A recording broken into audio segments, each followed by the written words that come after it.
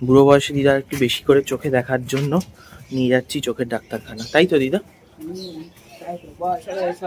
হ্যাঁ, তিশা যেটা করেছে আমার দেখে তো ভয় লাগছে। Hello, welcome back to my channel. আশা করছি আপনারা খুব ভালো আছেন। আজকের ব্লগটা শুরু করছি ঠাকুরঘর থেকে। সকালবেলাটা আমার শুরুই হয় ঠাকুরঘর থেকে, তাই ভাবলাম ব্লগটা যখন শুরু করব ঠাকুরঘর থেকেই শুরু করি। অনেক দিন ব্লগ দেওয়া হচ্ছে না, কারণ আপনারা জানেন দীর্ঘদিন ব্লগ দিয়ে আসছি, চ্যানেলে কিছু হচ্ছে না। তো কাজেই অনেক সময় একদম মনোবল হারিয়ে ফেলছি, অনেক সময় আবার কিছু কিছু ভিডিও দেখে ভাবছি না আবার চেষ্টা করি। তাই আরেকটা শুরু করা যাক, ঠাকুরঘর থেকেই শুরু করলাম। যেহেতু আমার রোজকার রুটিন ঠাকুরঘর থেকেই শুরু হয়। যারা চ্যানেলের নিউ ফলোয়ার্স তাদেরকে অনেক অনেক স্বাগত জানাই, এবং প্লিজ চ্যানেলটি সাবস্ক্রাইব করবেন। ব্লগটা ভালো লাগলে একটা লাইক এবং একটা কমেন্ট করবেন। চলুন আজকের দিনটা শুরু করি। আজকে বৃহস্পতিবার, আজকে পুজোয় বসেছি, এখনো পুজো দেওয়া শুরু করিনি। ছাদে কিছু ফুল ফুটেছে, চলুন আগে তুলে আনি। এই যে ফুল ফুটেছে বেশ কয়েকটা, বললামই। যতই বৃহস্পতিবার বাইরে থেকে ফুল আসুক না কেন, গাছে দুটো চারটে ফুল ফুটলে সেটা যখন ঠাকুরকে দিই সেটা কিন্তু বেশ লাগে, বলুন। এখানে দুটো সাদা রঙ্গন ফুটেছে। সাদা রঙ্গন গাছটা না বাড়েও না, এই রকমই হয়, কিন্তু বেশ ভালো ফুল ফোটে। লালগুলো তুলবো না, লালগুলো আর সেভাবে হয়নি। এদিকে আজকাল কোনো ফুল হয়নি। রুয়েলিয়ার অবস্থা, রুয়েলিয়াটা হচ্ছে কি আপনার শীত আসছে তো, তাই রুয়েলিয়া সেইভাবে আর ফুল দেবে না। আর এখানে গরমকালে লক্ষ্মী জবা হওয়ার কথা, গাছটা তো একদম সেই মিলিবাগে মরে গিয়েছিল, তারপর এখন এই শীতে হচ্ছে। চলুন, গাছের ফুল ঠাকুরকে নিবেদন করার শ্রদ্ধা ভক্তি এটা একদমই আলাদা, কি বলেন? সবই গাছের ফুল, মানে বলতে চাইছি নিজের বাড়ির ছাদ বাগানের ফুল। আর এই যে এখানে জোয়ান গাছ বসিয়েছি, জানি না কি হবে, একটা ছাত্র দিয়েছে। আর এখানে বসিয়েছিলাম এই গাছেরই বীজ, একটা বেরিয়েছে।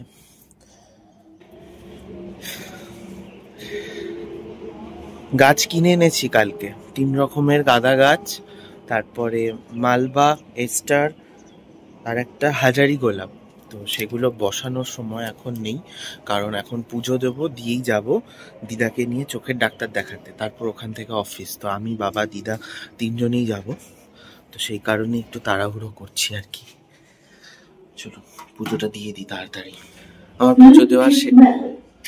পুজো দেওয়া শেষ।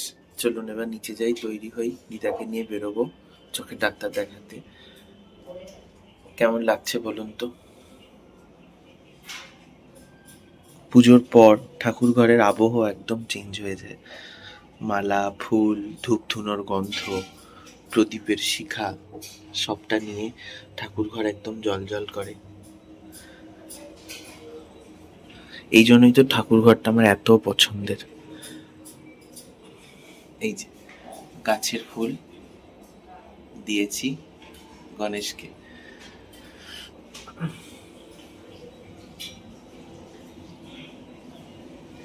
আমার ঠাকুর ঘরটি আপনাদের কেমন লাগে অবশ্যই জানাবেন। কেমন আরো কি কি চেঞ্জ আনা যায় ঠাকুর ঘরে সাজানোর দিক থেকে, কিছু রেকমেন্ডও করতে পারেন।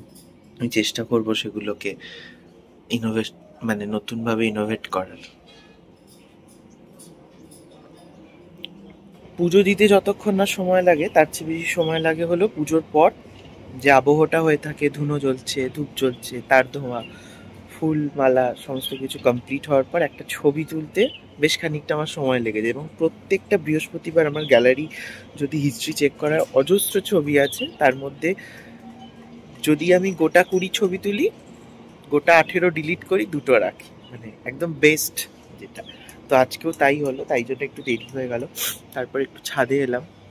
এই শীতের এই রোদটা বেশ ভালো লাগছে, যদিও আমার রোদ পছন্দ না, বেশিক্ষণ থাকলে এক্ষুনি মাথা যন্ত্রণা শুরু হয়ে যাবে। সকালের রোদে অতটা কষ্ট হয় না, তো তাই ভাবলাম দাঁড়াই। আর সময়ও তো পাই না, এখন তো আঁকানো থাকে রোজই, আপনারা জানেন। তো বৃহস্পতিবারটা একটা দিনই ফাঁকা, কোনো আঁকানো রাখিনি। এই জন্যই একটু দাঁড়াতে পারলাম। চলুন নিচে যাই, নিচে গিয়ে তো আবার বেরোতে হবে, কাজের তো শেষ নেই বলুন না।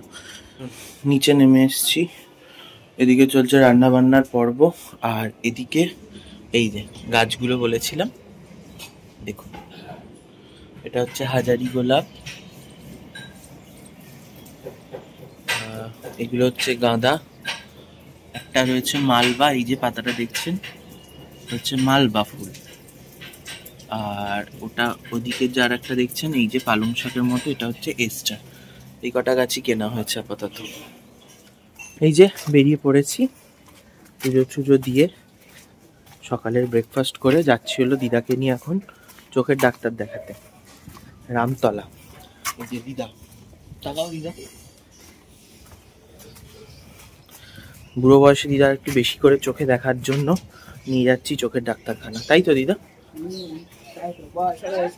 হ্যাঁ, আমি আর দিদা এখান থেকে যাচ্ছি, কিন্তু সাথে যাচ্ছে বাবাও। বাবা যাবে গাড়ি করে, আমরা যাবো টোটো করে, ওখান থেকে আমি আবার অফিস যাবো। বলো। হ্যাঁ, এই যে বাবা যাচ্ছে, গাড়িতে তো 3 জন হবে না, তাই আমরা টোটো যাব, দিদা আর আমি, বাবা বাইকে করে যাক। চলে এসেছি ডাক্তার দেখাতে।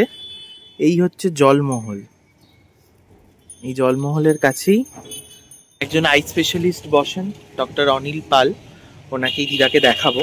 এইদিকে একটা মন্দির আছে, চলো নিয়ে যাই, লেখা আছে শ্রী শ্রী জলেশ্বর বাবার মন্দির, দেখে আসি চলো।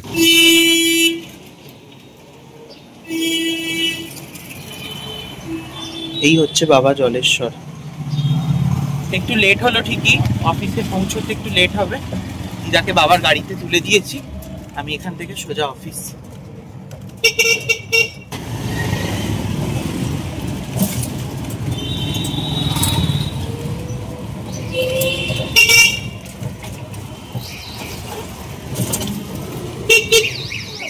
অফিস থেকে চলে এসেছি রিয়া দিদের বাড়ি, আজকে বৃহস্পতি, আর এখানে আঁকছে হলো তিশা।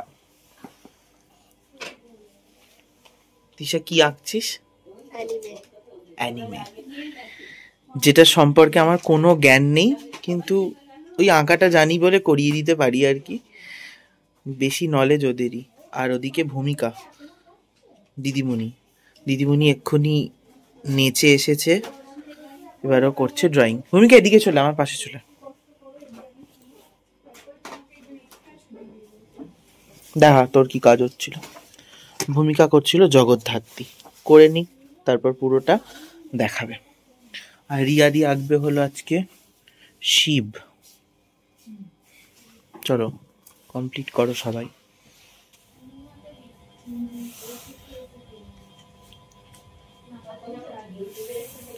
শিবের শেডটা ভালো হয়েছে, দেখো 3টে কালার দিতে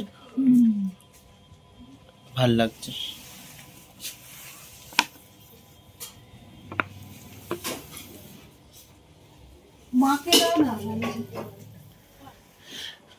তিশা যেটা করেছে আমার দেখে তো ভয় লাগছে। ডেমন স্লেয়ার কি ভয়ঙ্কর। তিশা একবার দেখা, আমার চ্যানেলে অনেকেই আছে যারা অ্যানিমে পছন্দ করে, তো আশা করি তারা লাইক করবে। ওর মতনই লাগছে, তিশার মতনই লাগছে। আলো দি এখনো কালী ঠাকুর আছে নাকি রে? আর এই হচ্ছে ভূমিকার মা জগদ্ধাত্রী। তোমারটা দেখাও একটু,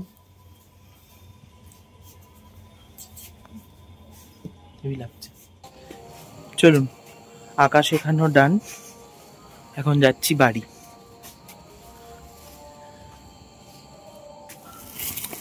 কই গেল আমার বাড়ির লোক?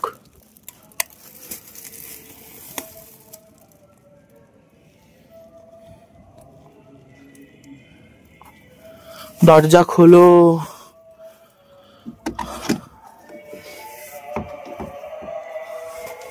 হ্যালো, ঘুম পাচ্ছে? মেয়ে ঘুম পাচ্ছে। সারাদিনের পর একদম ফিরে গেছি অফিস থেকে, আঁকানো কাজবাজ সমস্ত কিছু ছেড়ে। আর কিনেছিলাম একটা জিনিস, সেটা ভিডিও করতে ভুলে গেছি। কি কিনেছি দেখাচ্ছি। এই যে, কেমন লাগছে? এরকম একটা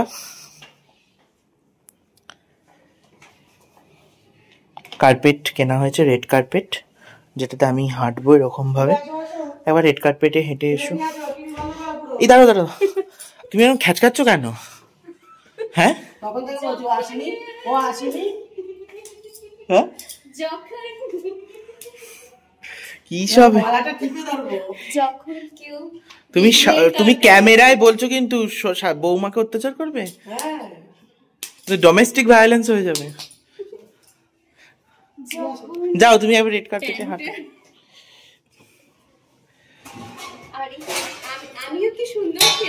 হ্যাঁ ওই জন্যই তো বললাম এসো।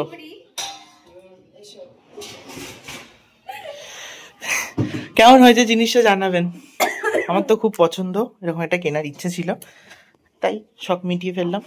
এখানটা এবার একটা পা পোছা কেনার ইচ্ছা আছে, খুব সুন্দর জায়গাটা লাগবে। আমি বলছিলাম পুজো শেষে আমি ছবি তুলি, তাই ছবিগুলো শেষে অ্যাড করে দিলাম। ব্লগটা এখানেই থাকলো শেষ, দেখা হবে খুব শিগগিরই।